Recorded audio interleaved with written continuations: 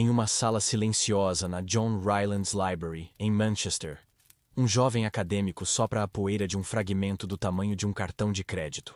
O ar, pesado com o cheiro de couro antigo e papel envelhecido, parece congelar por um instante. Ele ainda não sabe, mas em suas mãos não está apenas um pedaço de papiro antigo, resgatado de uma caixa de achados não catalogados, o equivalente acadêmico de uma caixa de sapatos esquecida no porão. Ele segura uma bomba-relógio. Uma peça de evidência tão improvável, tão pequena e tão antiga, que está prestes a explodir no coração de 2000 anos de história, forçando todos, céticos e crentes, a reescreverem o que achavam que sabiam sobre a origem dos textos mais influentes da humanidade. Essa sensação, essa vertigem de perceber que um detalhe esquecido pode virar o mundo de cabeça para baixo, é o território que amamos explorar. Você está no Contando Histórias, o lugar onde descobrimos que o passado é muito mais complexo, muito mais acidental e infinitamente mais fascinante do que os livros didáticos jamais ousaram nos contar. Então, se você está pronto para desvendar este mistério conosco, para entender como a história é menos uma linha reta e mais uma investigação cheia de becos sem saída e revelações chocantes, esta é a hora perfeita para se inscrever e se juntar à nossa equipe de detetives do tempo. Porque a grande pergunta que esse pedacinho de papiro nos força a fazer é no mínimo desconcertante. Como é possível que a prova física mais importante sobre a origem dos evangelhos não tenha sido encontrada em um mosteiro sagrado na Judéia ou nas catacumbas secretas de Roma, mas sim no fundo de uma caixa de refúgio, em uma cidade industrial no norte da Inglaterra, em 1934? Para entender o tamanho do terremoto que esse pequeno objeto estava prestes a causar, precisamos primeiro entender a arquitetura do prédio que ele estava prestes a demolir. Precisamos nos transportar para o cenário, para a própria John Rylands Library. Imagine um lugar que é menos uma biblioteca e mais uma catedral gótica dedicada ao conhecimento. Um edifício de arenito vermelho escuro, com arcos imponentes, vitrais que lançam luz colorida sobre corredores silenciosos e estantes que sobem até o teto abobadado, carregadas com o peso de séculos de pensamento humano. É um lugar que impõe reverência, um santuário para a palavra escrita. E em algum lugar dentro deste palácio da ordem e da erudição, estava o caos, caixas e mais caixas de fragmentos de papiro, trazidas do Egito décadas antes. Eram os restos de uma civilização, o lixo de um mundo esquecido. A maioria do que estava ali era o equivalente antigo da correspondência que jogamos fora. Recibos de impostos, contratos de aluguel, convites para festas, listas de compras. Eram os sussurros mundanos da vida cotidiana, e a tarefa de separá-los em busca de um grito de relevância histórica era um trabalho para os pacientes, para os obcecados. Essa era a tarefa de Colin H. Roberts, um jovem e brilhante papirologista da Universidade de Oxford. Ser um papirologista naquela época era como ser um detetive de casos arquivados há 2 milênios. Exigia um olhar de falcão, um conhecimento enciclopédico de estilos de escrita antigos e, acima de tudo, uma paciência quase sobre-humana. Dia após dia, Roberts se sentava diante desses pedaços frágeis de material orgânico, cada um uma pequena janela para um mundo desaparecido. Ele decifrava a caligrafia apressada de um soldado escrevendo para sua família, a contabilidade meticulosa de um comerciante de grãos, a queixa formal de um cidadão contra seu vizinho barulhento. Era um trabalho de imersão total no banal. E era exatamente por isso que ninguém esperava encontrar o que ele encontrou. As caixas de onde ele tirava seu material de trabalho eram o legado de uma expedição lendária. Entre 1896 e 1906, 2 arqueólogos britânicos, Bernard Grenfell e Arthur Hunt, fizeram uma das descobertas mais espetaculares da história. Em uma antiga cidade egípcia chamada Oxirrinco, eles encontraram uma montanha. Literalmente. Uma montanha de lixo antigo, preservada por séculos pelo clima seco do deserto.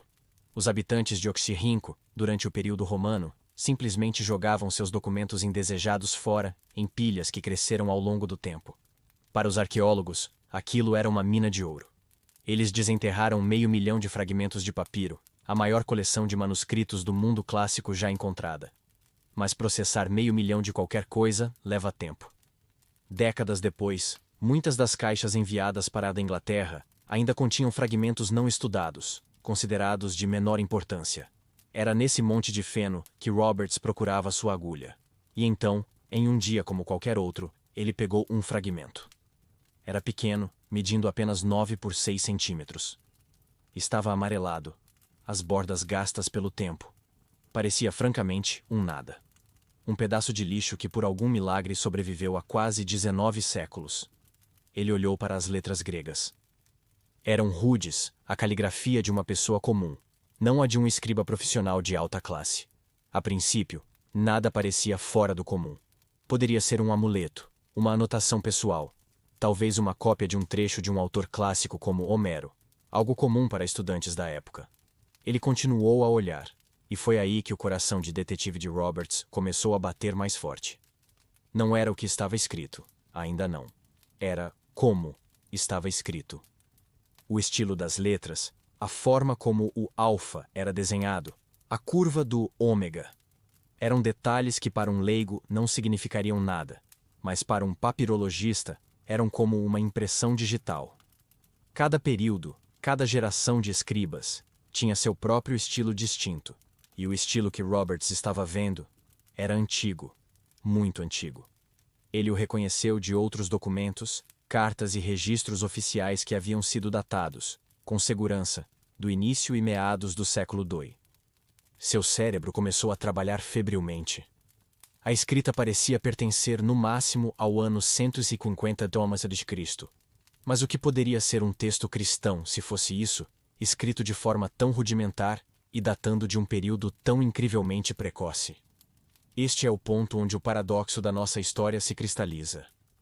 Naquela sala silenciosa, um objeto fisicamente insignificante, que havia viajado de uma lixeira egípcia para uma caixa empoeirada em Manchester, estava prestes a confrontar um século de consenso acadêmico. A mera existência daquele pedaço de papiro, com aquela escrita específica, naquela data provável, era uma anomalia. Era uma peça do quebra-cabeça que simplesmente não se encaixava no quadro que todos os especialistas haviam pintado. Era a prova de que a história, como a conhecemos, não é uma narrativa fixa, gravada em pedra. É uma teoria frágil, construída sobre as evidências que temos. E às vezes, tudo o que é preciso para abalar os alicerces dessa teoria é um único e teimoso fato que se recusa a ser ignorado. E é aqui que a nossa investigação realmente começa. Com um jovem acadêmico, uma caixa cheia de lixo antigo e a sensação crescente de que ele estava olhando para algo impossível. Enquanto nos preparamos para decifrar as palavras naquele papiro e entender a explosão que elas causaram, quero fazer uma pausa e ouvir você. Pense nisso. Qual foi a coisa mais surpreendente ou inesperada que você já encontrou por puro acaso, talvez esquecida em um livro antigo, no sótão da casa de seus avós ou em uma loja de antiguidades? Deixe sua história aí nos comentários. Para entender a magnitude do terremoto que aquele pequeno fragmento estava prestes a causar, precisamos fazer algo contra-intuitivo. Precisamos deixar Colin Roberts por um momento, congelado no tempo em sua biblioteca em Manchester, e viajar 100 anos para o passado, para o epicentro de uma revolução intelectual. As austera e formidáveis salas de aula da Universidade de Tübingen, na Alemanha. Pois a bomba que Roberts segurava não ameaçava um dogma religioso antigo, mas sim uma teoria acadêmica moderna, uma fortaleza intelectual que parecia na época impenetrável. E essa fortaleza tinha um arquiteto-chefe. Seu nome era Ferdinand Christian Bauer.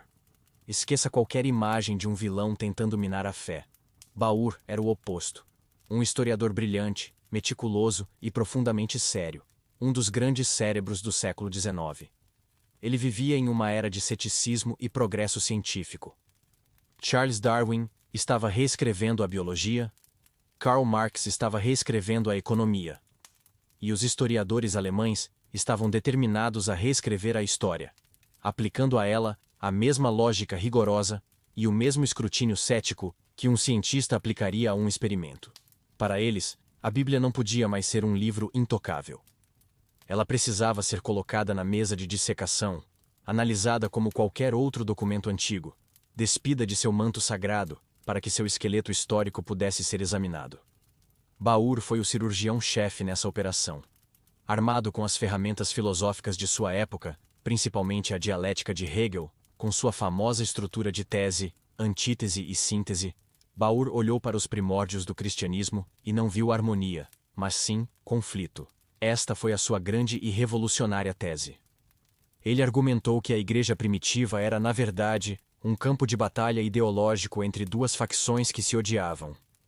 De um lado, a tese, os cristãos judeus, liderados pelos apóstolos originais como Pedro e Tiago, que viam Jesus como o Messias judeu e insistiam que os seguidores deveriam obedecer à lei judaica. Do outro lado, a antítese, o recém-chegado e radical Paulo de Tarso, com sua missão para os gentios, argumentando que a fé em Cristo transcendia e abolia a lei judaica. Para Baur, quase tudo no Novo Testamento poderia ser lido como propaganda de um lado ou de outro nesse conflito amargo. E os evangelhos? Onde eles se encaixavam nisso? Aqui está o pulo do gato, a conclusão que moldaria uma centena de anos de estudos bíblicos.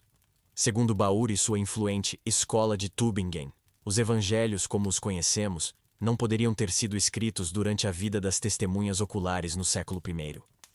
Por quê? Porque eles apresentam uma figura notavelmente unificada de Jesus e da Igreja. Eles parecem resolver o conflito.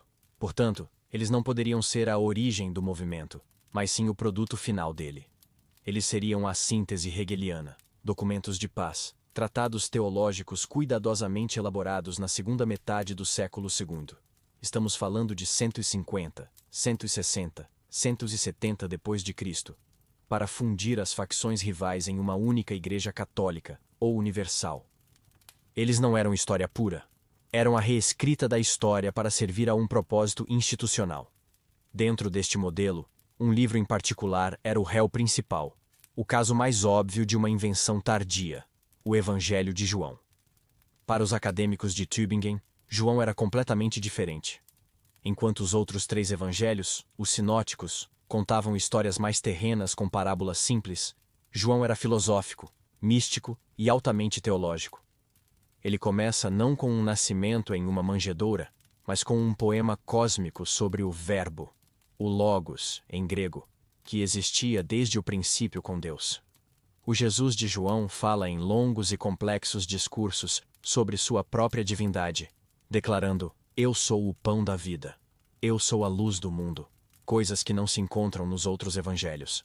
Para Baur, isso era um caso encerrado. Claramente, este era um produto de uma teologia cristã muito desenvolvida, escrita por alguém imerso na filosofia grega, muito tempo depois da vida do Jesus histórico. A data que eles atribuíam a João era, consistentemente, por volta de 170 d.C., ou até mais tarde. Era considerado o último e menos confiável dos evangelhos. A implicação dessa datação tardia é absolutamente devastadora, e podemos entendê-la com uma analogia simples: o jogo do telefone sem fio. Se eu sussurrar uma frase no ouvido de uma pessoa, e ela sussurrar para a próxima, e assim por diante em uma corrente de 30 pessoas, a frase final não terá quase nenhuma semelhança com a original. Agora, imagine esse jogo não com 30 pessoas em 10 minutos, mas com 3 ou 4 gerações de pessoas ao longo de 140 anos. Se o Evangelho de João só foi escrito por volta de 170 d.C., seu autor não poderia ter conhecido Jesus. Não poderia ter conhecido os apóstolos. Ele estaria, na melhor das hipóteses, escrevendo o que ouviu de seus professores, que ouviram de seus avós, que ouviram de outras pessoas que talvez tivessem ouvido uma testemunha ocular quando eram crianças. A conexão direta é cortada. O testemunho se transforma em boato, o boato em tradição e a tradição em lenda. A teoria de Baur transformava os evangelhos de fotografias em pinturas a óleo, criadas um século e meio depois por artistas que nunca viram o retratado. E não se engane, essa não era uma teoria obscura. No final do século XIX e início do século XX, essa era a vanguarda, a ortodoxia acadêmica. Era o consenso científico da época nas universidades mais importantes da Europa. Desafiar a datação tardia dos evangelhos, especialmente de João, era como um biólogo hoje desafiar a teoria da evolução. Era visto como um sinal de que você não era um historiador sério, de que era um tradicionalista ingênuo, incapaz de seguir as evidências onde elas levavam. A fortaleza intelectual parecia inexpugnável.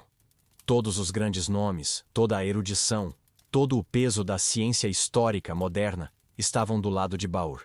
Agora, podemos voltar para Manchester, 1934, para a quietude da John Rylands Library. Vemos C. H. Roberts, com aquele minúsculo pedaço de papiro na palma da mão. Ele não está apenas olhando para algumas letras gregas. Ele está na fronteira, no ponto de colisão entre dois mundos. De um lado, o mundo das ideias, dominado por uma teoria poderosa, lógica e universalmente aceita, que afirmava que o Evangelho de João era uma lenda do final dos séculos II. Do outro lado, um objeto físico, um sobrevivente teimoso do mundo antigo. Um fato. A batalha entre a teoria e a evidência estava prestes a começar, e ninguém, muito menos Roberts, poderia prever a violência do impacto. Depois de ouvir sobre uma teoria tão grandiosa e aparentemente lógica como a da escola de Tübingen, uma pergunta perfeitamente razoável deve estar ecoando na sua mente. Espere um pouco. Se havia todo esse debate sobre quando os evangelhos foram escritos, por que os estudiosos simplesmente não foram olhar os manuscritos originais para resolver a questão? Ou pelo menos, as cópias mais antigas que pudessem encontrar? Parece um jeito simples de encerrar a discussão, certo? É uma pergunta brilhante. E a resposta é, talvez, o fato mais desconcertante e crucial de toda essa história.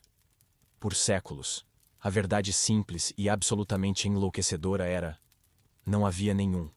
Não havia originais. E mais importante, não havia cópias do século prim, nem do início do século VI, nem do meio do século II. Havia um silêncio, um abismo, um buraco negro no registro arqueológico que se estendia por quase 300 anos. Imagine tentar resolver um caso de assassinato onde não apenas a arma do crime desapareceu, mas o corpo, as impressões digitais, as testemunhas e todas as filmagens de segurança dos primeiros dias da investigação também sumiram. É exatamente essa a situação que os historiadores enfrentavam. Eles estavam lidando com um grande e frustrante vácuo de evidências. E foi nesse vácuo que a teoria de Ferdinand Christian Baur não apenas nasceu, mas prosperou. Para entender por que esse vácuo existia, precisamos falar sobre o herói anônimo e extremamente frágil do mundo antigo: o papiro. Hoje, estamos cercados por informações duradouras. Nossos livros são impressos em papel tratado, nossos dados armazenados em nuvens digitais. O mundo romano não tinha nada disso. O principal meio de escrita, o equivalente ao nosso papel A4, era o papiro. Ele era feito das fibras prensadas de uma planta aquática que crescia nas margens do Nilo. Era um material fantástico para a época. Leve, relativamente barato de produzir, perfeito para escrever. Mas tinha um calcanhar de Aquiles fatal. Era orgânico. Era para todos os efeitos, matéria vegetal seca. E a matéria vegetal, como sabemos, tem muitos inimigos. O inimigo número 1 era a umidade. Em um clima úmido, o papiro se torna um banquete para o mofo e as bactérias. Ele escurece, se desfaz e, em questão de décadas, pode se transformar em nada mais do que composto orgânico. Agora, pense no mapa do Império Romano. Onde o cristianismo primitivo floresceu? Em cidades como Jerusalém, Antioquia, Corinto, Éfeso, Roma. Todas localizadas na bacia do Mediterrâneo, com seus invernos chuvosos e verões úmidos. Nessas condições, um documento de papiro deixado por conta própria não tinha a menor chance de sobreviver por 2000 anos. Seria como deixar um jornal no seu jardim e esperar que seus tataranetos o achem legível. É por isso que, por séculos, o registro arqueológico nessas áreas cruciais foi um silêncio ensurdecedor. Quase tudo o que foi escrito simplesmente apodreceu e desapareceu da história. Então, de onde vêm os papiros que temos? A resposta é quase exclusivamente de um lugar: o Egito. O clima egípcio, excepcionalmente seco e árido, funcionou como uma cápsula do tempo acidental. Nas areias do deserto, longe da umidade destrutiva, os documentos de papiro que eram jogados no lixo não apodreciam. Eles secavam, ficavam quebradiços, eram enterrados pela areia e, milagrosamente, sobreviviam. O Egito se tornou a biblioteca perdida do mundo antigo, mas uma biblioteca caótica, com suas páginas espalhadas por centenas de quilômetros de deserto. Até que as grandes escavações no Egito começassem a render frutos no final do século XIX e início do XX, qual era a evidência que os estudiosos realmente tinham em mãos? Os manuscritos mais antigos e completos do Novo Testamento eram obras-primas, verdadeiros tesouros da civilização. Livros como o Códice Sinaítico e o Códice Vaticano. Mas eles não eram feitos do frágil papiro.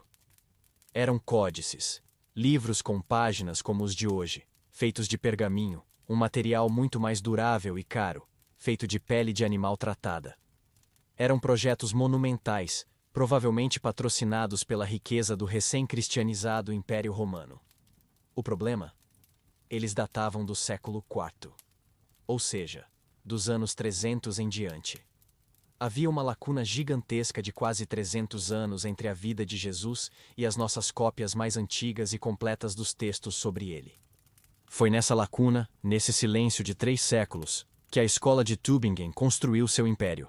Eles se valeram de um princípio lógico poderoso conhecido como o argumento a partir do silêncio. A lógica é a seguinte: se os evangelhos foram realmente escritos no século I e amplamente copiados, como os cristãos afirmam, onde estão as cópias? Onde está a prova física? Como não havia nenhuma, eles argumentavam que a ausência de evidência era, de fato, evidência de ausência. O silêncio no registro arqueológico não era um acidente de preservação, mas a prova de que os textos simplesmente não existiam em sua forma final naquela época. Era um argumento brilhante, e, com base no que se sabia na época, quase impossível de refutar.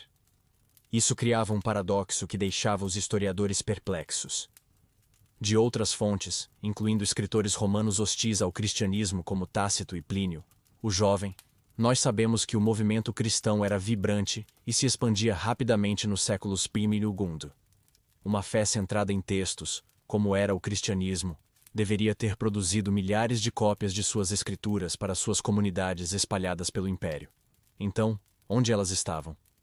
Era como saber que uma civilização inteira usava moedas, mas não conseguir encontrar uma única. A única evidência que os estudiosos tinham para preencher essa lacuna eram as citações. Líderes da igreja do final do século II e início do século III, conhecidos como os pais da igreja, como Irineu de Lyon ou Clemente de Alexandria, escreviam longos tratados teológicos e, neles, citavam passagens dos evangelhos. Isso provava que os evangelhos existiam em sua época, por volta de 180-200 d.C. Mas isso era uma evidência indireta. Eles estavam citando de memória? A cópia que eles tinham era a mesma que a original? E, crucialmente, quão mais antigas eram essas cópias? As citações eram como ouvir o eco de uma voz, mas sem nunca poder ouvir a voz original. Para os céticos de Tübingen, isso era pouco convincente. Na verdade, confirmava sua tese de que os textos só foram finalizados naquela época. Portanto, o cenário estava montado. O mundo acadêmico não estava sendo deliberadamente obtuso, estava sendo rigoroso com as evidências disponíveis. E as evidências disponíveis eram um vasto e silencioso mar de nada nos primeiros séculos, seguido por manuscritos completos e citações muito posteriores. Faltava uma ponte. Faltava uma âncora física no período mais crucial da história cristã. Sem essa âncora, as teorias podiam flutuar livremente, e a teoria mais lógica e cientificamente respeitável era a de que os evangelhos eram lendas tardias. O mundo não precisava de outra teoria. Precisava de um fato. Precisava de um sobrevivente. E esse sobrevivente, como vimos, estava prestes a ter a poeira de séculos soprada de sua superfície na biblioteca de Manchester. Esqueça as teorias por um momento. Deixemos de lado as salas de aula alemãs, os argumentos a partir do silêncio e as grandes estruturas intelectuais. Vamos sujar nossas mãos com a areia do tempo. Vamos focar nossa lente, com o zoom máximo, no verdadeiro protagonista da nossa história. Vamos contar a biografia de um pedaço de papiro. Uma história que começa com a tinta fresca e termina, quase 2 milênios depois, sob a luz fraca de uma lâmpada em Manchester.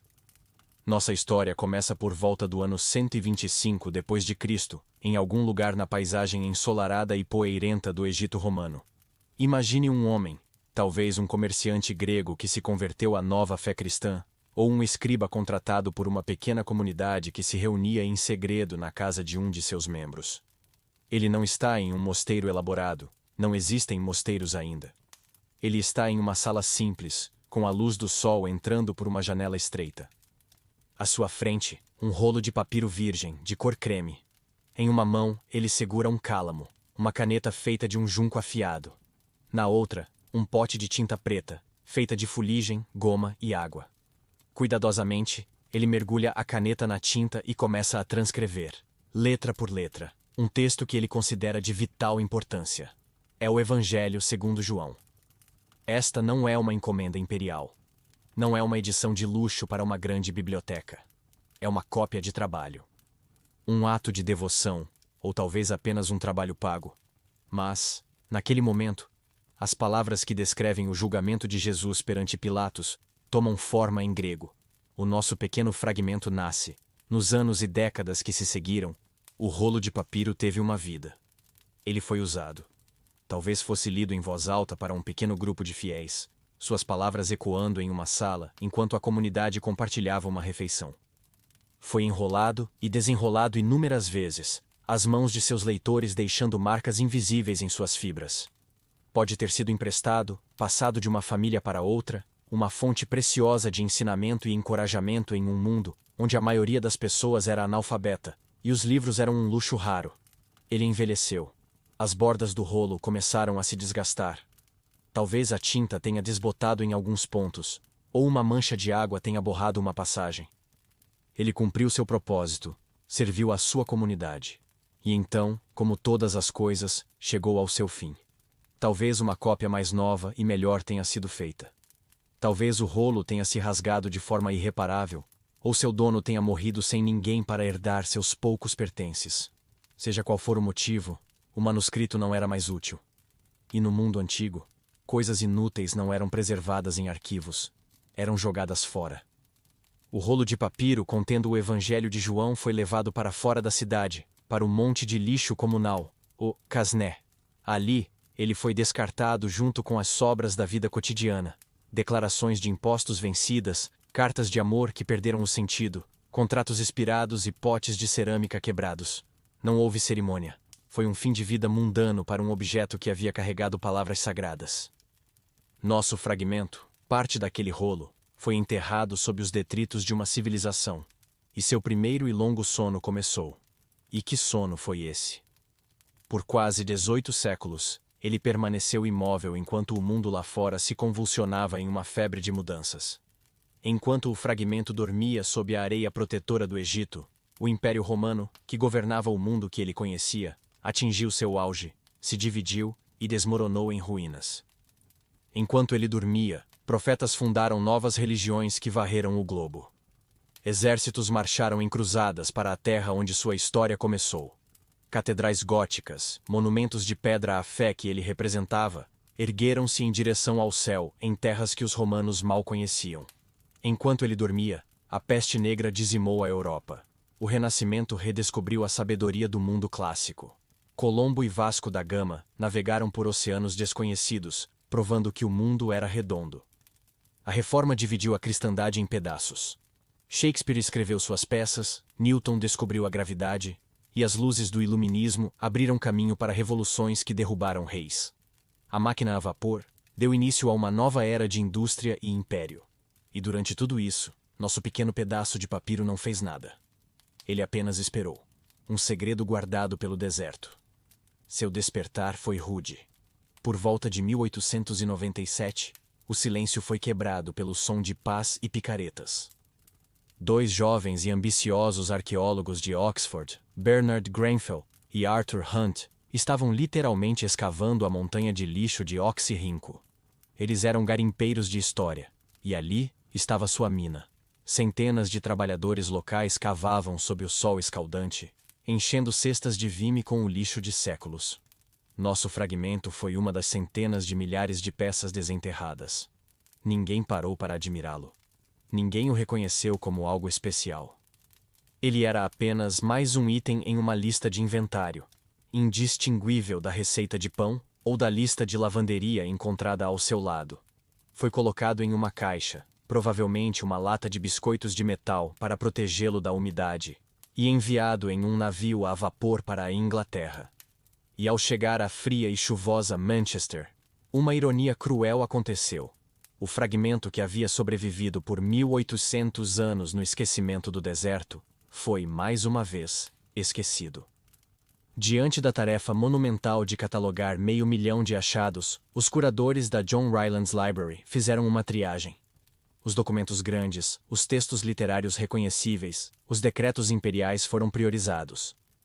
Um pequeno fragmento com escrita rude foi classificado como de interesse secundário e colocado em uma caixa com outros de sua laia, no fundo de um armário. Ele sobreviveu ao colapso de impérios, mas quase foi derrotado pela burocracia de uma biblioteca. Ele havia sido ressuscitado do seu túmulo de areia apenas para ser enterrado em um caixão de papelão. Pense na cadeia de milagres que o trouxe até aqui. É uma loteria com probabilidades astronômicas. Primeiro, o texto teve que ser copiado e descartado no único clima do Império Romano que poderia preservá-lo: o Egito. Segundo, ele teve que sobreviver a quase 2 milênios de elementos, mesmo nesse clima.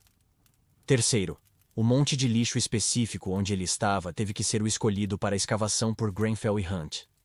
Quarto, ele teve que ser encontrado fisicamente pelos trabalhadores e não ser danificado ou descartado como lixo moderno.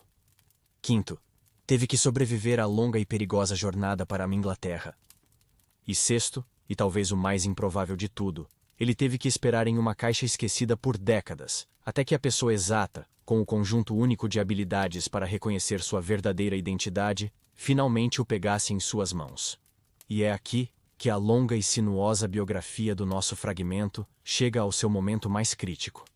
Toda essa jornada, toda essa sobrevivência contra todas as probabilidades, toda essa história silenciosa converge para um único ponto no tempo e no espaço.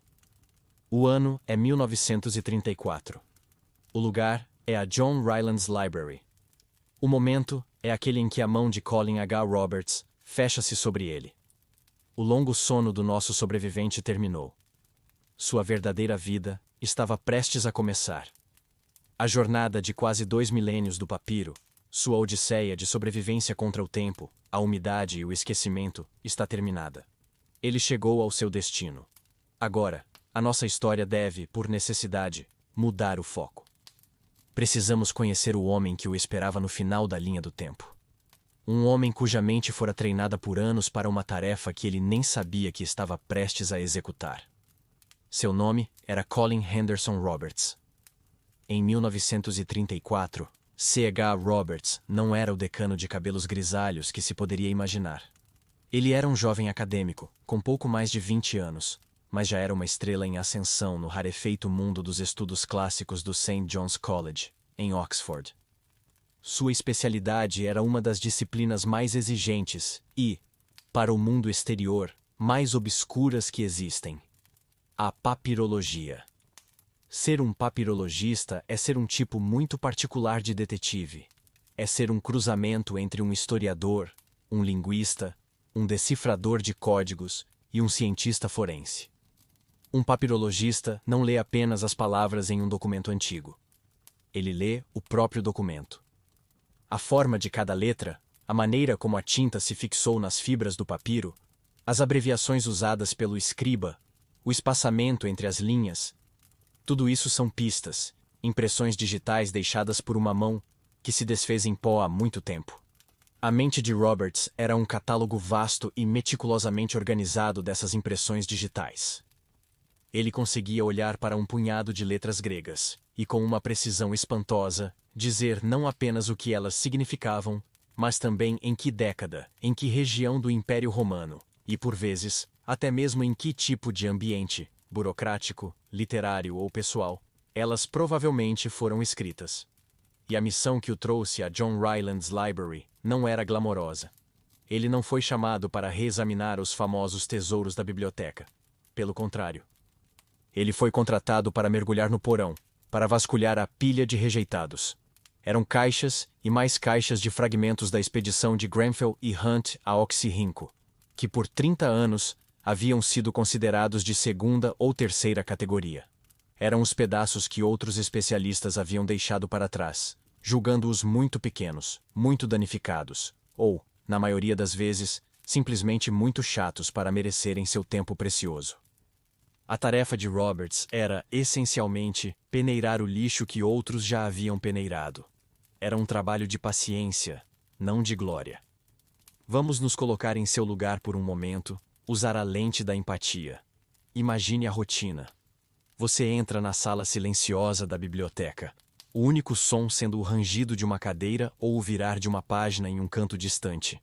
Você abre uma caixa de papelão que cheira a poeira e tempo.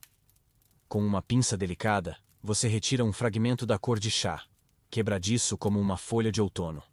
Você o coloca cuidadosamente entre duas placas de vidro para que ele não se desfaça em suas mãos. Você ajusta a lâmpada de mesa, criando um círculo de luz focado em seu pequeno universo de trabalho. E então, você começa a ler. Por horas. E o que você lê? Para Zenon, de Ptolomeu, saudações. Por favor, envie-me o pagamento pelos 20 potes de vinho que lhe entreguei no mês passado. Fragmento seguinte. Eu, Aurélia, reconheço ter recebido de meu marido, Apolônio, a quantia de... como parte do meu dote. Fragmento seguinte. Uma lista de compras. Uma receita médica para tosse. Uma petição a um oficial local reclamando sobre um burro que invadiu o jardim do vizinho. Essa era a realidade do trabalho. Era uma imersão total na banalidade da vida romana. Uma busca por uma agulha de significado histórico em um palheiro do tamanho de um celeiro. Era preciso um tipo especial de mente para não enlouquecer com a monotonia, uma mente que se deleitava com o quebra-cabeça, não importando quão mundana fosse a solução. O cérebro de Roberts era essa mente. Ele era um mestre caçador de pistas. E então, em um dia que começou como qualquer outro, ele pegou o nosso fragmento. Era apenas mais um na pilha. Pequeno, de aparência desinteressante. Ele o colocou sob o vidro, ajustou sua lupa e começou o processo. Seu primeiro passo não seria ler, mas olhar. Ele notaria a textura do papiro, a qualidade da escrita. Era uma caligrafia cursiva, funcional, não as letras maiúsculas e formais de um texto literário de luxo. Isso já o colocaria em um determinado caminho mental, provavelmente mais um documento do dia a dia. Então, ele começaria a decifrar, a transcrever as letras semi-apagadas em um caderno. No lado que hoje chamamos de recto, ele identificou um punhado de letras. Sim. Iuda iuis. Uma palavra ali, parte de outra aqui. As letras isoladas não significavam muito. Poderia ser qualquer coisa, mas Roberts estaria fazendo mais do que apenas identificar letras. Ele estaria caçando. Caçando por sinais reveladores que pudessem lhe dar um contexto. Havia nomes de lugares, nomes de pessoas conhecidas, e o mais importante para qualquer texto que pudesse ter uma origem cristã, ele estaria procurando por um sinal secreto, um aperto de mão de escriba conhecido como nomina sacra. Os primeiros cristãos tinham o hábito único de abreviar nomes e títulos sagrados. Em vez de escrever a palavra grega completa para Jesus, Cristo, Deus ou Senhor, eles escreviam apenas as primeiras e últimas letras e desenhavam uma linha horizontal sobre elas. Era uma espécie de código, uma marca de reverência. Encontrar um nomen sacrum em um fragmento era como encontrar uma impressão digital em uma cena de crime. Instantaneamente identificava o contexto como cristão. Neste fragmento, no entanto, não havia um nomen sacrum óbvio, nenhuma pista fácil. Havia apenas palavras soltas, mas algo estava errado. A escrita, como seu olho treinado já havia notado, era muito antiga. As formas das letras, especialmente o alfa com seu traço do meio em forma de laço, gritavam, início do século II. Mas o texto não parecia uma carta, não parecia um recibo. As palavras, mesmo fragmentadas, pareciam fazer parte de uma narrativa, um diálogo. Isso era estranho. Textos literários daquele período eram quase sempre escritos em uma caligrafia muito mais formal, de livro. Uma narrativa em uma escrita tão comum? Era uma anomalia. Uma suspeita, a semente de uma ideia impossível, deve ter começado a brotar em sua mente. Ele pegou o fragmento com o maior cuidado. A maioria dos papiros era usada apenas de um lado, o lado com as fibras correndo horizontalmente, o que facilitava a escrita. Mas às vezes, para economizar material, as pessoas também escreviam no verso, o lado, verso. Com a respiração suspensa, ele virou o pequeno retângulo de papiro. Havia mais letras do outro lado. Ele ajustou a luz novamente, aproximou a lupa e começou a ler. O ritmo de seu coração, antes lento e metódico pelo trabalho repetitivo, começou a mudar. O silêncio da biblioteca ao seu redor pareceu se aprofundar. Ele estava no precipício. O que ele leria a seguir transformaria o tédio daquele dia comum na descoberta de sua vida.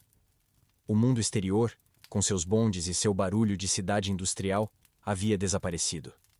Para Colin Roberts, o universo encolhera para o círculo de luz amarela, projetado por sua lâmpada de mesa. Dentro desse círculo estava o pequeno retângulo de papiro e o silêncio retumbante de uma pergunta que começava a se formar em sua mente. Ele havia examinado o primeiro lado, o recto. A caligrafia era antiga, mas as palavras eram enigmáticas. Agora, com a delicadeza de um cirurgião, ele havia virado o fragmento. O destino de um século de estudos históricos dependia do que ele leria a seguir. Ele se inclinou, a lupa pressionada contra o olho, e começou a decifrar a escrita no lado verso. As fibras do papiro corriam verticalmente aqui, tornando a escrita um pouco mais difícil. Mas as letras ainda eram discerníveis para seu olho treinado. Vacileis. Ele transcreveu em seu caderno: o rei. Depois, istuto. Para isto, ou para este propósito. E então, uma palavra que faria o mundo prender a respiração. Aliceian. A verdade. Rei. Propósito. Verdade. E as palavras do outro lado ecoavam em sua memória. Iudaiuis. Aos judeus. As palavras eram como planetas dispersos em um céu escuro. Sua mente, como um telescópio, procurava a constelação que as uniria. E então, aconteceu. Não foi um raio, mas um clique. Um clique silencioso e sísmico no fundo de sua consciência. Seu cérebro, operando como um mecanismo de busca incrivelmente poderoso, parou de procurar. Ele havia encontrado uma correspondência. As palavras não eram de um contrato. Não eram de uma carta. As palavras do lado reto, sobre não ser permitido aos judeus executar ninguém, e as palavras do verso, sobre um rei e a verdade. Elas não eram de dois textos diferentes. Eram um diálogo. Um diálogo que ele conhecia. Um diálogo que todo o mundo ocidental conhecia. O ar pareceu ficar rarefeito em seus pulmões. Ele juntou as peças. O lado recto continha fragmentos do Evangelho de João, capítulo 18, versículos 31 a 33. A tensa conversa entre Pôncio Pilatos e os líderes judeus do lado de fora do pretório. E o lado verso. O lado verso continha fragmentos dos versículos 37 e 38. O clímax do confronto. Jesus diante de Pilatos. Roberts percebeu mais uma coisa. O fragmento não era de um rolo, onde se escrevia apenas de um lado. Era uma folha de um códice, um livro antigo, com texto na frente e no verso. Ele estava olhando para uma página do livro mais debatido da história. E que página? As palavras que se materializaram diante de seus olhos eram algumas das mais carregadas de significado já escritas. Ele podia ler a resposta de Jesus a Pilatos. Para isto nasci, e para isto vim ao mundo, para dar testemunho da verdade. E então, imediatamente depois, a resposta imortal de Pilatos, a pergunta cínica e cansada que ecoou através dos séculos, a pergunta que definia a própria busca da filosofia e da história. 7 palavras em grego, perfeitamente legíveis no pequeno fragmento de papiro. Ti estin aletheia. O que é a verdade? A ironia era quase insuportável.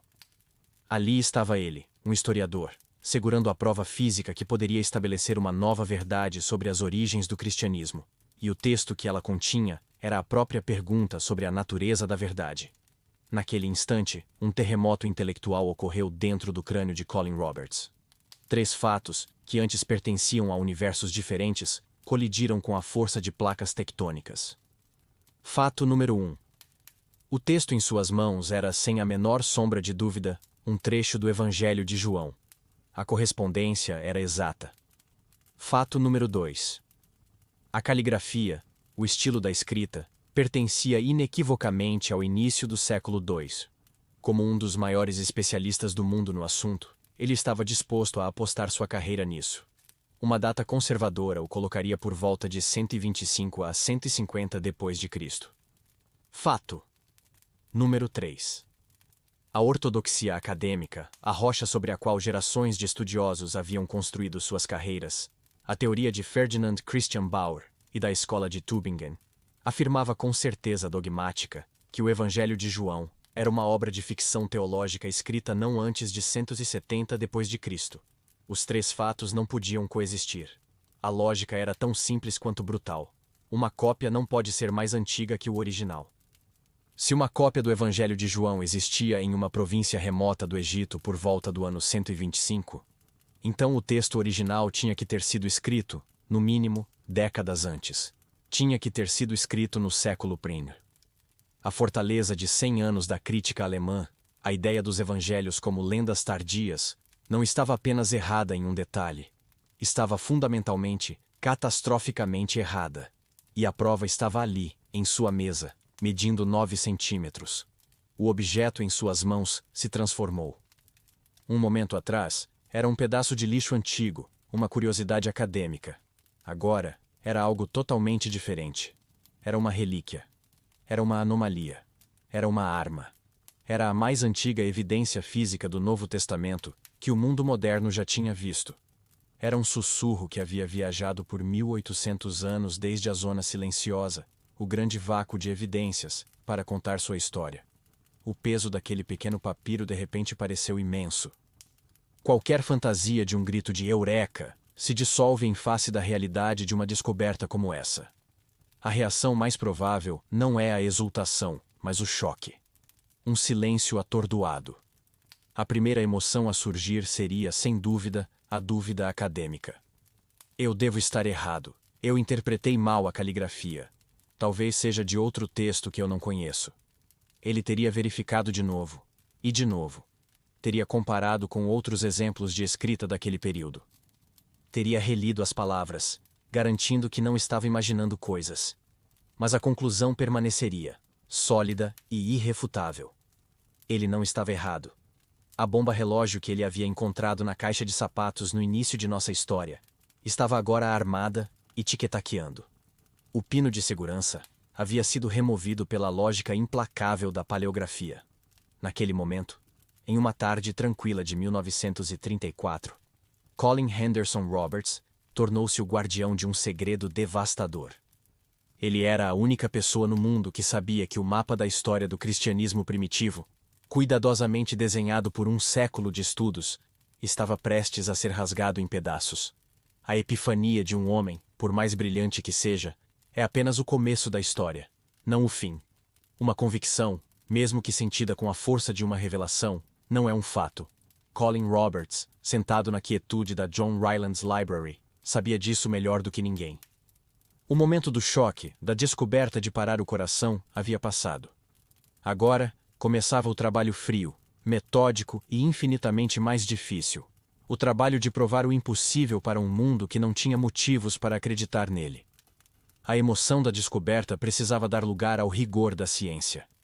A história da origem do cristianismo estava prestes a ir a julgamento, e C.H. Roberts precisava apresentar seu caso forense. A principal ferramenta em seu arsenal, a ciência que transformaria sua suspeita em certeza, era a paleografia. Para a maioria de nós, a palavra soa esotérica e acadêmica, mas o que ela descreve é uma das formas mais puras de trabalho de detetive histórico. Simplificando, a paleografia é o estudo da escrita antiga. Mas, em um sentido mais profundo, é a ciência de ler o tempo nas formas das letras. Um paleógrafo opera sob um princípio fundamental. A caligrafia humana, como a linguagem, a moda e a arquitetura, está em um estado de evolução constante. As pessoas na década de 1920 não escreviam da mesma forma que as pessoas na década de 1820, que por sua vez não escreviam como as do século XVIII. Cada era, cada geração, deixa uma impressão digital sutil, mas distinta em seus documentos, na maneira como traçam suas curvas e linhas. O trabalho de um paleógrafo é ser o maior especialista do mundo nessas impressões digitais. Antes de prosseguirmos, vamos abordar uma questão que a nossa mente moderna, acostumada com a tecnologia, pode levantar. Por que ele simplesmente não usou a datação por carbono 14? É uma pergunta lógica, mas a resposta é dupla. Primeiro, em 1934, a datação por radiocarbono ainda não havia sido inventada. Ela só seria desenvolvida no final da década de 1940. Segundo, mesmo hoje, o método seria uma péssima escolha para este artefato. O carbono 14 requer que uma amostra do material seja queimada para análise. Destruir até mesmo uma pequena parte de um tesouro tão único e importante como o papiro de Rylands seria um ato de vandalismo histórico. Portanto, Roberts teve que confiar em um método mais antigo, mais sutil e nas mãos de um mestre igualmente preciso: a análise comparativa. Pense nisso da seguinte maneira.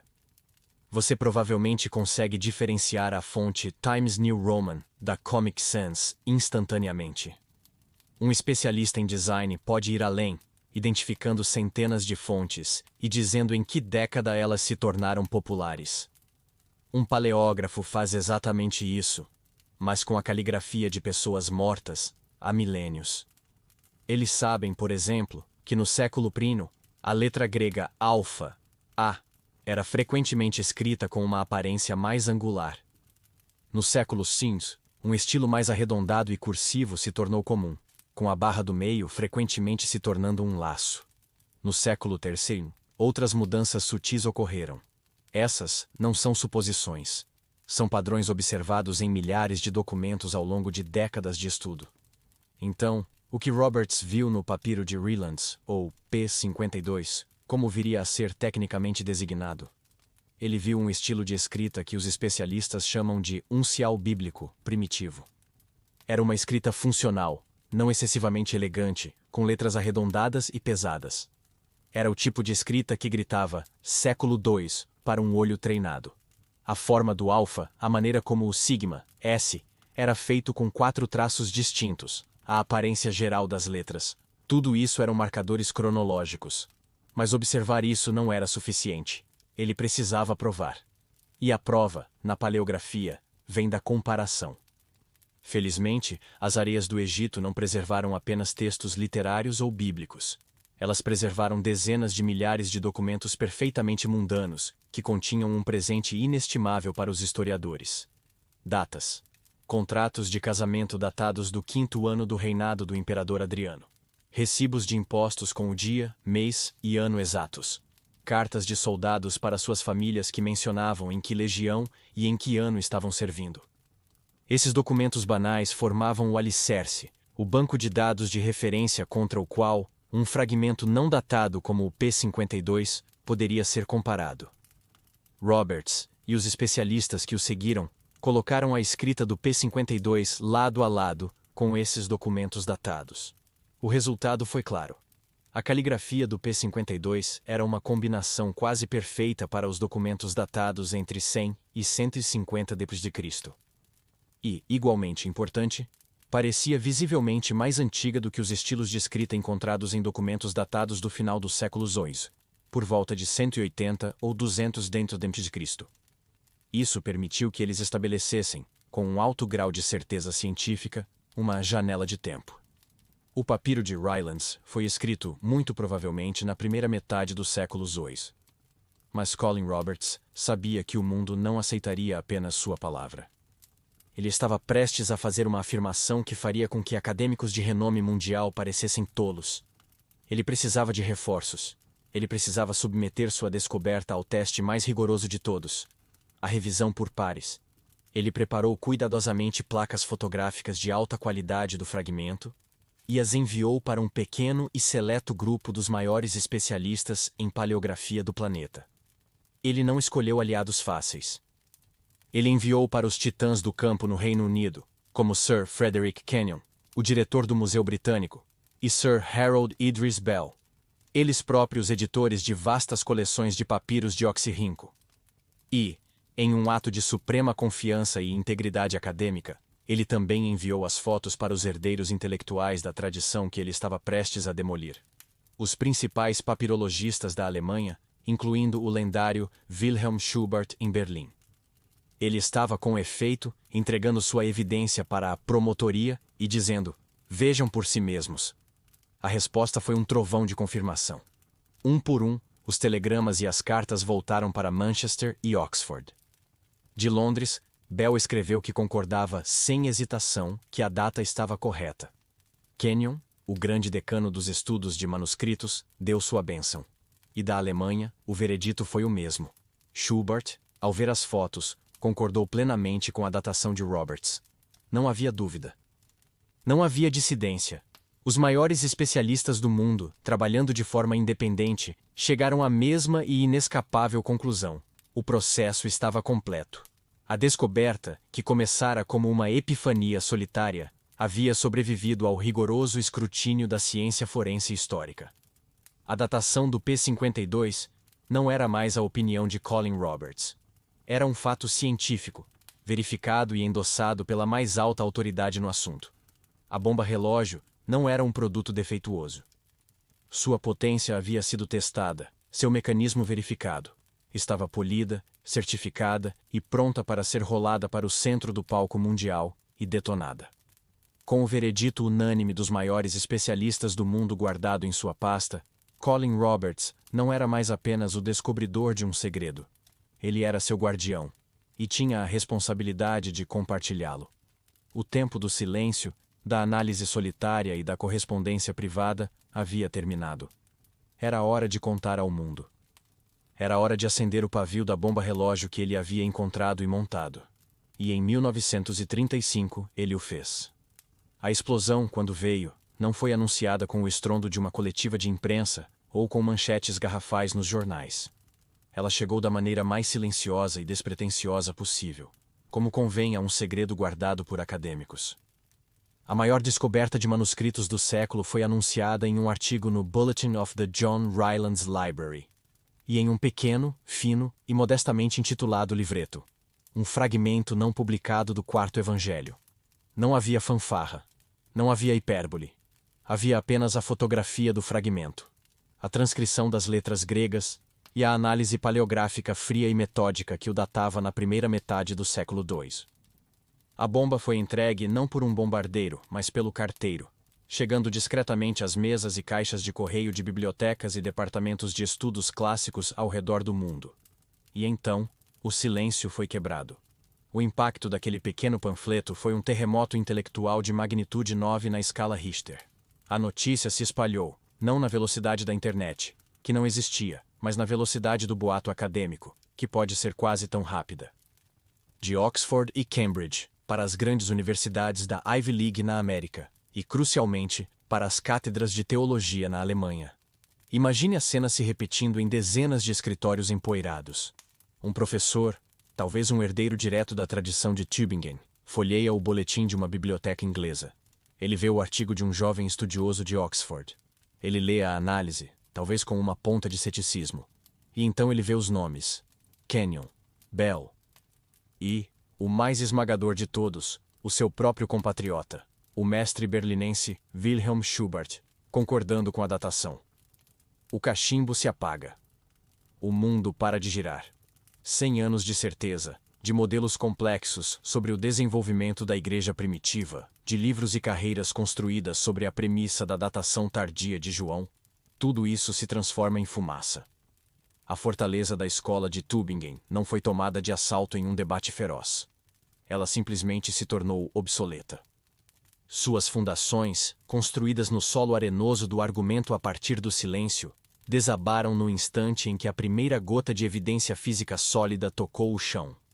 Para os defensores da datação tardia, a reação inicial foi provavelmente de um silêncio atordoado, seguido por uma reorganização apressada e, em muitos casos, relutante. A negação era impossível. A evidência era clara, e a validação impecável.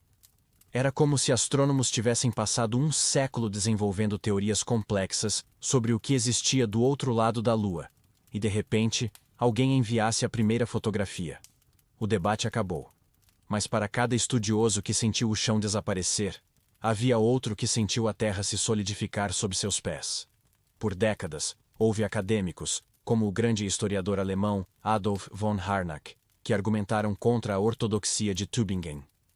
Eles usaram evidências internas dos textos e as citações dos pais da Igreja para argumentar que os evangelhos tinham que ser mais antigos.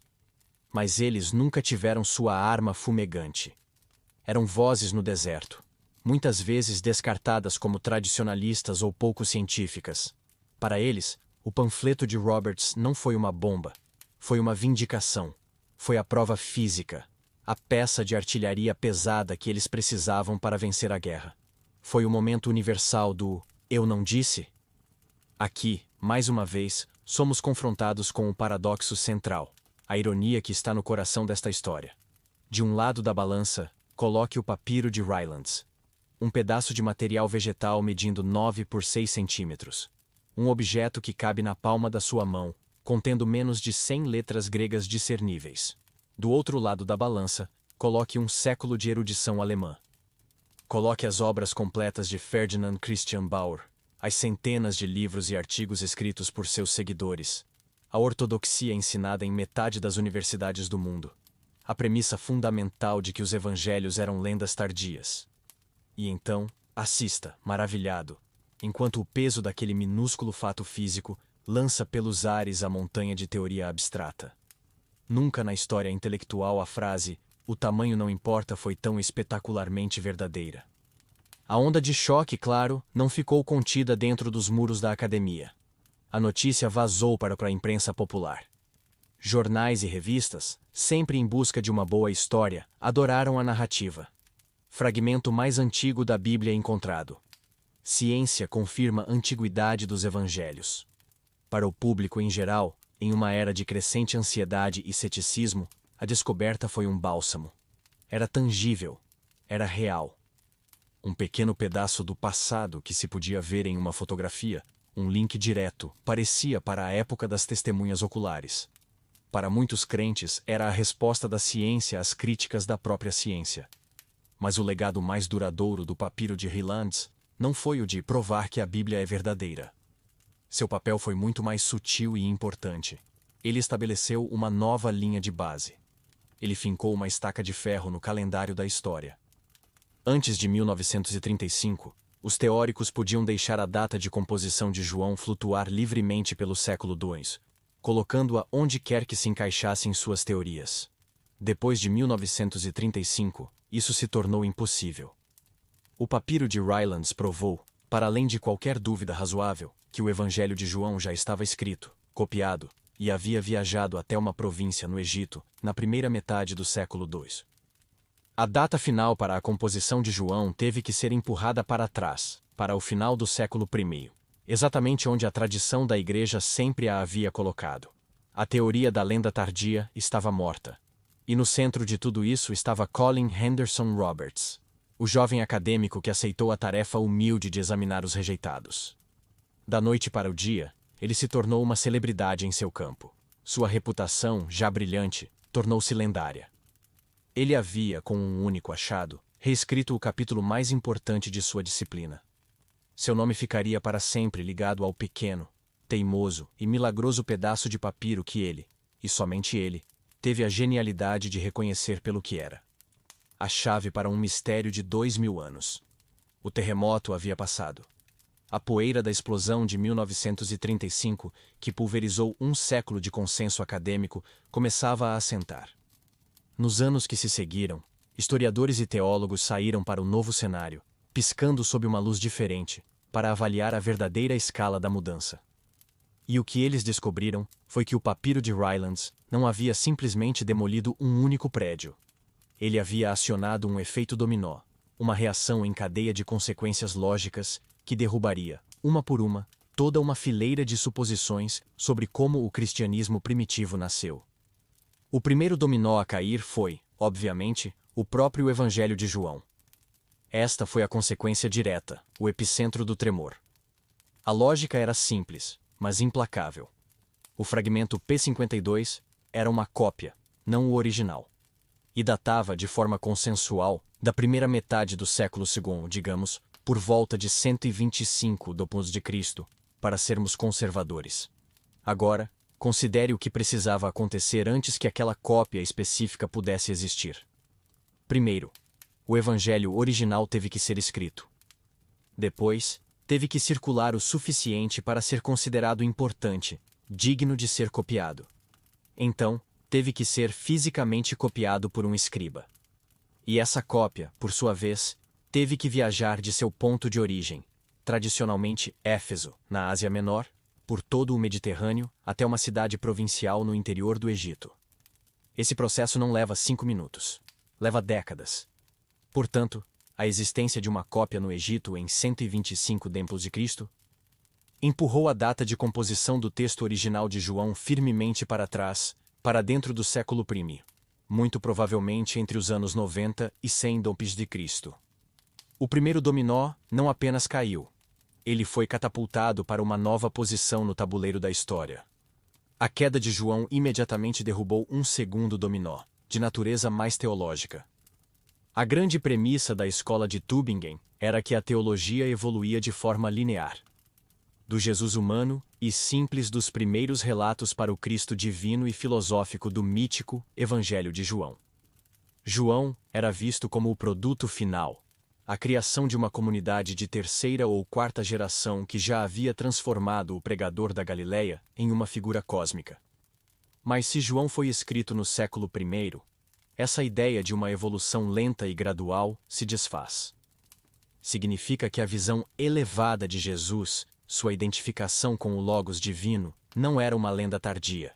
Era uma interpretação que existia desde muito cedo, circulando ao mesmo tempo que as tradições mais terrenas encontradas nos outros evangelhos.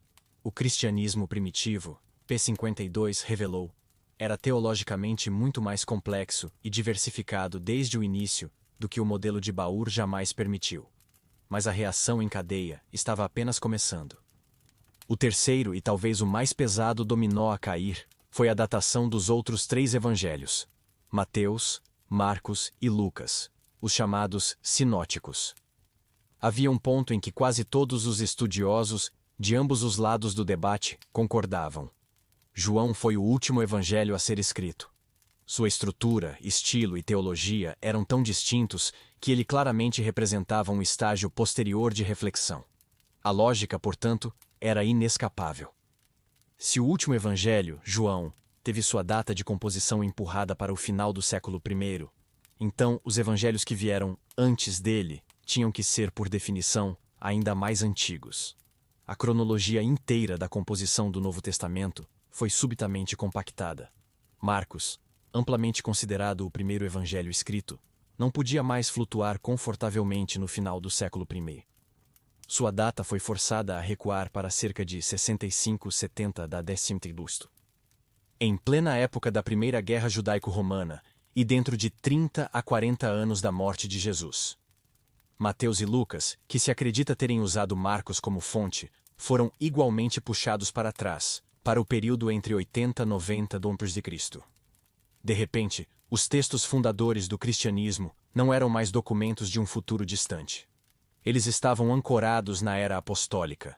E com isso, o quarto e mais poderoso dominó narrativo veio ao chão. A analogia do telefone sem fio. Lembre-se, a ideia de que os evangelhos eram lendas se baseava em um vasto abismo de tempo, 150 anos, que separava os eventos dos relatos. Era tempo suficiente para que as memórias se transformassem em mitos. Mas a nova cronologia, acionada pelo P52, fechou esse abismo. Uma lacuna de 35 anos, para Marcos, ou 60 anos, para João, é um cenário completamente diferente. Não é mais o tempo de formação de lendas. É o tempo da memória viva. É a diferença entre alguém hoje escrevendo uma biografia de Napoleão, baseada puramente em registros históricos, e alguém nos anos 1980 escrevendo uma biografia de John F. Kennedy, com a capacidade de entrevistar dezenas de pessoas que o conheceram pessoalmente. Os evangelhos não podiam mais ser descartados como mitos distantes. Eles tinham que ser tratados como biografias antigas, escritas por pessoas que ou eram testemunhas oculares, ou estavam em contato direto com elas. Aqui, no entanto, precisamos fazer uma distinção crucial: a queda de um pequeno, mas importante, dominó da nuance. O papiro de Rylands, não prova que Jesus andou sobre as águas ou que a ressurreição aconteceu. Essas são alegações de fé e milagre, que a análise histórica por si só não pode verificar ou refutar. O que o P52 prova é a antiguidade do testemunho. Ele prova que as alegações sobre Jesus, incluindo as mais extraordinárias, como as encontradas em João, não foram inventadas por gerações posteriores. Elas estavam lá, sendo contadas e circuladas desde o início. A descoberta muda fundamentalmente a pergunta. A questão para o historiador não é mais como esse mito se desenvolveu ao longo de 150 anos. A pergunta se torna: por que pessoas no século I, tão perto dos eventos, estavam fazendo alegações tão surpreendentes sobre esse homem da Galileia? Finalmente, o último dominó na longa fileira era o próprio modelo intelectual de Ferdinand Christian Baur. Toda a sua estrutura dialética de tese, cristianismo judaico, versus antítese, cristianismo paulino, levando a uma síntese, a Igreja Católica do final do século II, dependia crucialmente de uma coisa: tempo. Ele precisava de um longo período de conflito, debate e eventual reconciliação. A nova cronologia comprimida simplesmente não fornecia esse tempo. Os textos que ele via como produtos de uma paz tardia já existiam enquanto os apóstolos ainda estavam vivos, e as tensões, no auge.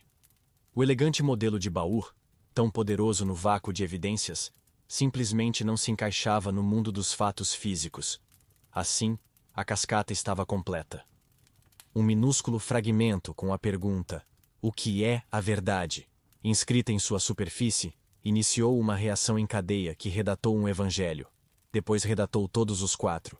Depois reconfigurou a paisagem da teologia primitiva e, finalmente, demoliu a teoria histórica mais influente de seu tempo. O tabuleiro de jogo da história do cristianismo primitivo havia sido virado. Nós chegamos ao clímax da nossa história: a descoberta, a validação e o terremoto intelectual que se seguiu. E aqui, uma narrativa mais simples poderia terminar. O herói encontrou a prova, os vilões foram derrotados e a verdade prevaleceu. Mas a história real, assim como a ciência, é mais complexa e muito mais interessante do que isso.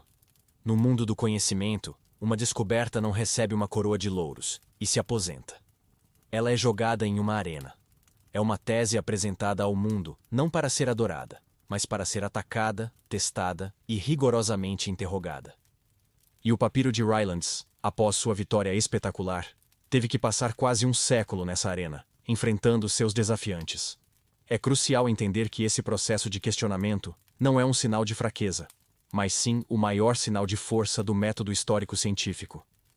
Após o consenso inicial avassalador em 1935, era inevitável e, de fato, saudável que uma nova geração de estudiosos olhasse para o P52 com novos olhos e fizesse a pergunta mais importante da academia: será que temos certeza mesmo?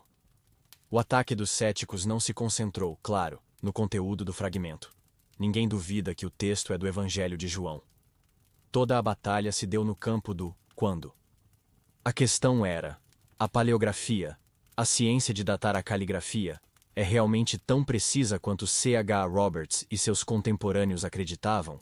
O principal argumento dos críticos, que ecoou em diferentes formas ao longo das décadas, é que a paleografia não é uma ciência matematicamente exata como a física. É uma disciplina baseada em comparação e julgamento de especialista. Eles argumentam que, embora a análise de Roberts fosse brilhante, ela oferece uma janela de tempo provável, não um carimbo de data absoluto. Poderia um estilo de escrita que era comum em 125 d.C. ainda estar em uso em algum lugar em 175 d.C.? Os críticos sugerem que sim. Eles apontam, por exemplo, para o fenômeno do arcaísmo provincial. A ideia é que um escriba mais velho, ou um que vivesse em uma cidade pequena e isolada no Egito, longe das tendências da moda caligráfica de uma metrópole como Alexandria, poderia ter continuado a usar um estilo de escrita que já era considerado antiquado nos grandes centros. Talvez, eles argumentam, o P52 não seja tão antigo quanto parece, mas apenas o trabalho de alguém com uma caligrafia fora de moda. Esse debate foi revitalizado no século XXI por estudiosos como Brent Nongbre, que, em um trabalho meticuloso, não tentou refutar a datação de Roberts, mas sim pedir mais cautela. Nongbri aponta para uma potencial armadilha no raciocínio paleográfico. Muitas vezes, os papiros não datados, como o P52, são comparados com outros papiros que também não têm uma data interna, e foram, eles mesmos, datados por comparação com outros. Isso cria o risco de um raciocínio circular, onde uma data provável, repetida várias vezes, acaba se tornando uma certeza. Nongbri não argumenta que P52 é do século III, mas sugere que a janela de possibilidades deveria ser mais ampla, talvez abrangendo todo o século II, e não apenas a sua primeira metade. Então, por que, diante dessas críticas inteligentes e rigorosas, a grande maioria dos especialistas hoje ainda se apega à datação original de Roberts? A resposta está na esmagadora quantidade de dados.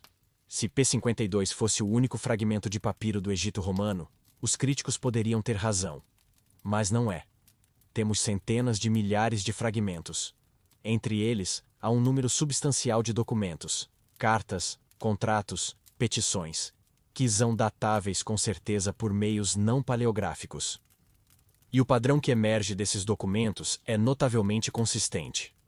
Os estilos de escrita no Egito Romano mudaram de forma regular e previsível. O estilo do P52 se encaixa perfeitamente, como uma peça de quebra-cabeça, no mundo dos documentos da primeira metade do século II. Para que ele date da segunda metade, teria que ser uma anomalia estatística muito improvável.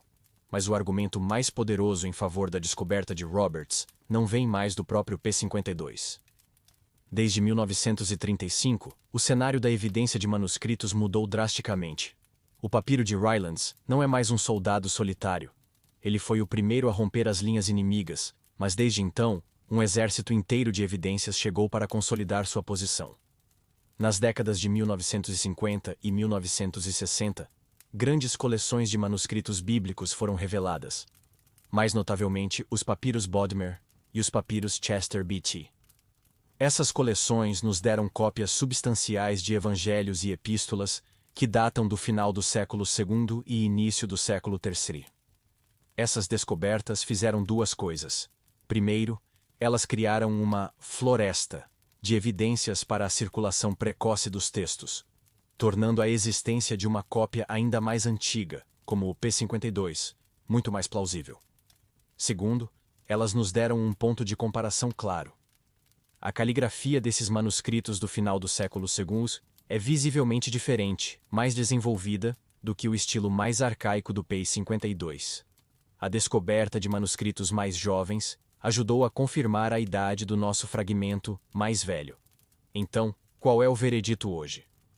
O consenso esmagador é que a datação de C.H. Roberts estava, e continua, correta. A janela mais provável para a escrita do P52 permanece entre 125 e 150 a.C. Embora o debate acadêmico continue vivo, como deveria, nenhuma crítica conseguiu fornecer um argumento convincente para empurrar P52 para o final do século II. E isso significa que a consequência mais importante da descoberta, a demolição da teoria de que João foi escrito por volta de 170 d.C., permanece como um fato histórico inabalável. No final, o fato de o papiro de Rylands ter sido questionado, testado e desafiado por quase um século não enfraquece sua importância. Pelo contrário, é a fonte de sua força duradoura. Sua datação precoce não é mais aceita por causa da autoridade de Roberts ou de seus contemporâneos. Ela é aceita porque sobreviveu a décadas do mais intenso fogo cruzado que a academia pode oferecer. A descoberta não é um dogma frágil, é uma conclusão robusta, forjada no calor do debate científico. E é por isso que, quase 100 anos depois, a história daquele pequeno fragmento empoeirado ainda tem tanto poder. Nós seguimos a trilha de migalhas de pão por uma floresta de 2000 anos. Vimos a descoberta em uma caixa empoeirada, a epifania silenciosa de um acadêmico, a validação fria da ciência, o terremoto que derrubou uma teoria centenária e o efeito dominó que redesenhou o mapa da história. Nós vimos o que o papiro de Rylands fez. Mas agora, antes de nos despedirmos, precisamos dar um último passo para trás e fazer a pergunta mais profunda. Para além de tudo isso, o que o papiro de Rylands representa? Qual é a lição duradoura que este pequeno e teimoso sobrevivente nos ensina? Primeiro e acima de tudo, o P-52 é o símbolo máximo da própria sobrevivência. Ele é uma mensagem em uma garrafa, lançada de uma praia que já não existe, em um oceano de tempo inimaginavelmente vasto. O escriba anônimo que o copiou, por volta do ano 125, não tinha a menor intenção de se comunicar conosco. Ele estava simplesmente fazendo um livro para sua comunidade. A pessoa que o descartou, décadas depois, o viu como lixo inútil. E, no entanto, a garrafa foi selada pela areia seca do Egito. As correntes do tempo a carregaram por 18 séculos de impérios em ascensão e queda, de pragas e revoluções. E então, em uma praia do século XX, um homem chamado Colin Roberts passou por acaso e a viu brilhando na areia. Sua existência hoje, em uma vitrine climatizada em Manchester, é um milagre estatístico de tal magnitude que beira o absurdo. Ele é um testemunho da tenacidade da informação, da capacidade de uma ideia, registrada em tinta frágil, de atravessar os éons. Paradoxalmente, ele é também um monumento à fragilidade da história. Sua sobrevivência milagrosa é um lembrete gritante de todas as milhões de outras mensagens em garrafas que se quebraram no caminho, cujos conteúdos se perderam para sempre nas profundezas. Nosso conhecimento do passado não é uma enciclopédia completa. É um mosaico feito dos poucos cacos que, por pura sorte, chegaram até a costa. Por cada P-52 que encontramos, há 1 milhão de outros textos, evangelhos perdidos, cartas de apóstolos, histórias de testemunhas oculares, que se dissolveram na umidade da Itália ou da Grécia, que foram queimados em incêndios ou que simplesmente apodreceram, como toda a matéria orgânica faz. O papiro de Rylands nos ensina uma lição de humildade.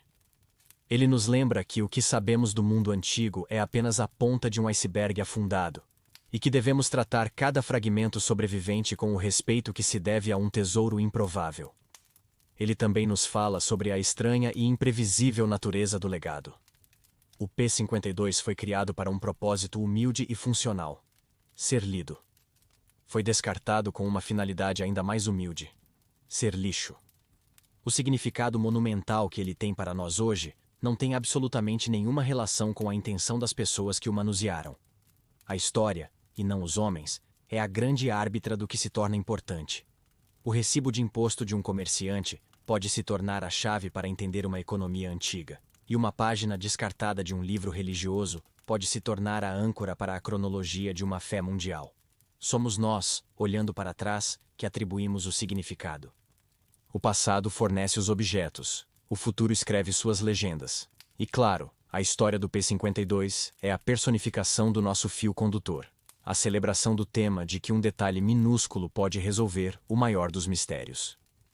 Antes de Roberts, a origem dos evangelhos era um quebra-cabeça de 1000 peças com o centro vazio, um espaço onde as mais belas e grandiosas teorias podiam ser pintadas. O papiro de Rylands é aquela primeira peça central, pequena e de formato estranho, que de repente trava no lugar. E uma vez que ela está lá, todas as outras peças ao redor começam a se encaixar, e a imagem inteira muda. É a vitória do fato físico sobre a especulação elegante, do pequeno e inconveniente grão de areia que emperra a engrenagem da grande máquina teórica.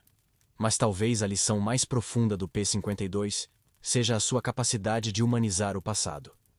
Enquanto a datação dos evangelhos era apenas um debate sobre teorias, a comunidade joanina do final do século II versus a tradição de Ireneu, a história permanecia abstrata, uma batalha de fantasmas.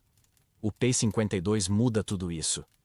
Ele nos força a imaginar uma pessoa de carne e osso, em uma cidade empoeirada no Egito, segurando aquele mesmo livro. Alguém leu aquelas palavras. Alguém lutou com a pergunta de Pilatos: o que é a verdade? O fragmento colapsa à distância do tempo. Ele não é mais um texto. Era o livro de alguém. É uma ponte, frágil, mas real.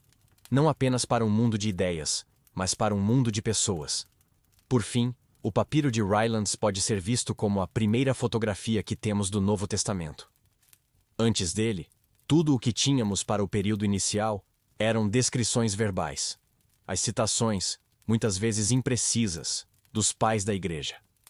Nossas primeiras cópias substanciais, os grandes códices do século IV, são como belos retratos a óleo, pintados séculos depois, com toda a majestade e a formalidade de um projeto imperial. Mas o P-52... O P-52 é diferente. É uma fotografia instantânea, granulada, rasgada e superexposta. Não é bonito, não é completo. Mas tem a virtude chocante da autenticidade. É a prova de que o sujeito realmente existia naquela época, com aquela aparência. É um vislumbre, o primeiro que temos, de como o texto do Evangelho realmente se parecia enquanto viajava pelo mundo romano em seus primeiros dias. Este, então, é o verdadeiro legado do papiro de Rylands. Ele é mais do que uma prova de datação. Ele é uma parábola sobre a sobrevivência, uma lição de humildade, um monumento à imprevisibilidade da história e uma prova do poder da evidência física. Ele não é apenas um objeto para ser visto em um museu. Ele é um professor silencioso, e suas lições são tão relevantes hoje quanto eram no dia em que Colin Roberts o tirou da escuridão. E assim, nossa jornada nos traz de volta ao ponto de partida. Uma sala silenciosa na John Rylands Library, em Manchester. Mas o objeto no centro da nossa atenção não é mais o mesmo. Ele não é mais um fragmento anônimo em uma caixa de sapatos cheia de lixo esquecido. Hoje, o papiro de Rylands, ou P-52, repousa em uma vitrine segura e climatizada, exibido como um dos tesouros mais inestimáveis da biblioteca. Sua transformação de refúgio em relíquia é o eco físico da jornada que percorremos juntos. Uma jornada que nos levou das salas de aula da Alemanha do século XIX, dominadas pela grande teoria de que os evangelhos eram lendas tardias, até o frustrante e silencioso vácuo de evidências dos primeiros séculos. Acompanhamos a incrível odisseia de sobrevivência de um pedaço de papiro, através de quase 2 milênios, e estivemos sobre o ombro de Colin Henderson Roberts, no momento de tirar o fôlego em que sua mente conectou os pontos, e seu coração percebeu o impossível.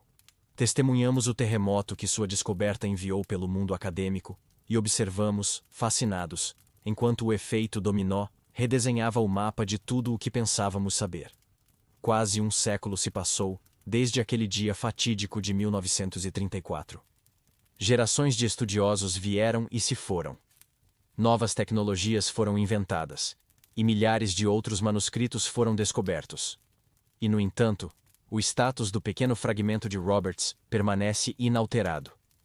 Até hoje, o papiro de Rylands continua sendo o mais antigo e universalmente aceito fragmento de um texto do Novo Testamento que já encontramos. Sua posição como a âncora de ferro, o ponto de referência a partir do qual toda a cronologia dos evangelhos deve ser medida, é tão segura hoje quanto era em 1935. Mas o eco deste fragmento em nosso tempo vai muito além das discussões acadêmicas sobre o cristianismo primitivo. A história de sua descoberta e de seu impacto é uma lição poderosa para o século XXI. Vivemos em uma era de sobrecarga de informação, um mundo saturado de narrativas, teorias, opiniões e desinformação. É um mundo onde, muitas vezes, a história que soa mais convincente ou que é repetida com mais frequência é aceita como verdade. A saga do papiro de Rylands é o antídoto perfeito para essa condição. É uma parábola sobre o poder de um único, pequeno, teimoso e inconveniente fato. Ela nos lembra que a realidade tem um direito de veto sobre nossas teorias, não importa o quão elegantes, lógicas ou amplamente aceitas elas sejam. A história não é apenas uma questão de interpretação. Na sua base, ela é uma ciência forense, uma busca por evidências primárias, e às vezes, um pedaço de papiro do tamanho de um cartão de crédito pode falar mais alto do que uma biblioteca inteira de especulações. O debate sobre o Jesus histórico, claro, continua. Mas a natureza desse debate foi para sempre alterada pelo P-52 e pelas descobertas que ele inspirou. A questão fundamental de quando as alegações mais extraordinárias sobre Jesus começaram a circular foi respondida. Foi cedo. Muito cedo. A cronologia que hoje é o ponto de partida para qualquer documentário, livro ou discussão sobre o tema foi, em grande parte, cimentada pela prova física que Roberts resgatou do esquecimento. No final, a história do papiro de Rylands é uma celebração da própria descoberta. É um testemunho da curiosidade humana, da erudição paciente e daquela faísca de esperança romântica que alimenta todo historiador, arqueólogo e cientista. A crença de que, apesar de todos os nossos avanços, o mundo ainda guarda segredos. Acreditar que, em algum porão de museu empoeirado, em algum arquivo digital esquecido, ou mesmo sob as areias de um deserto, ainda existem chaves esperando pelas fechaduras certas, pistas esperando pelos detetives certos, e fragmentos de verdade esperando pelos olhos certos, para lhes dar voz. No início da nossa jornada, nos perguntamos como um pedaço de lixo antigo poderia detonar a história das origens do cristianismo. Agora, sabemos a resposta. Ele o fez de forma conclusiva, substituindo um século de suposições pela dura e inegável realidade da evidência. A investigação está completa. A jornada do P-52, desde a mão de um escriba anônimo até a vitrine de um museu, nos deixa com uma verdade simples e poderosa. O passado, por mais distante e silencioso que pareça, nunca está realmente morto. E às vezes ele pode nos falar com uma clareza chocante, se tivermos a paciência de ouvir seus sussurros mais silenciosos. E isso me faz querer perguntar a vocês. Depois de seguir toda esta saga, o que mais te surpreendeu sobre como a história é realmente descoberta e escrita? Foi a sorte, a ciência ou a coragem de desafiar o consenso? Deixe sua reflexão final nos comentários abaixo. Se você gostou desta investigação profunda tanto quanto nós gostamos de guiá-la, esta é a hora perfeita para se inscrever no Contando Histórias, deixar o seu like para que o algoritmo saiba que fizemos um bom trabalho, e compartilhar este vídeo com outra pessoa que ama um bom mistério. Até a nossa próxima história.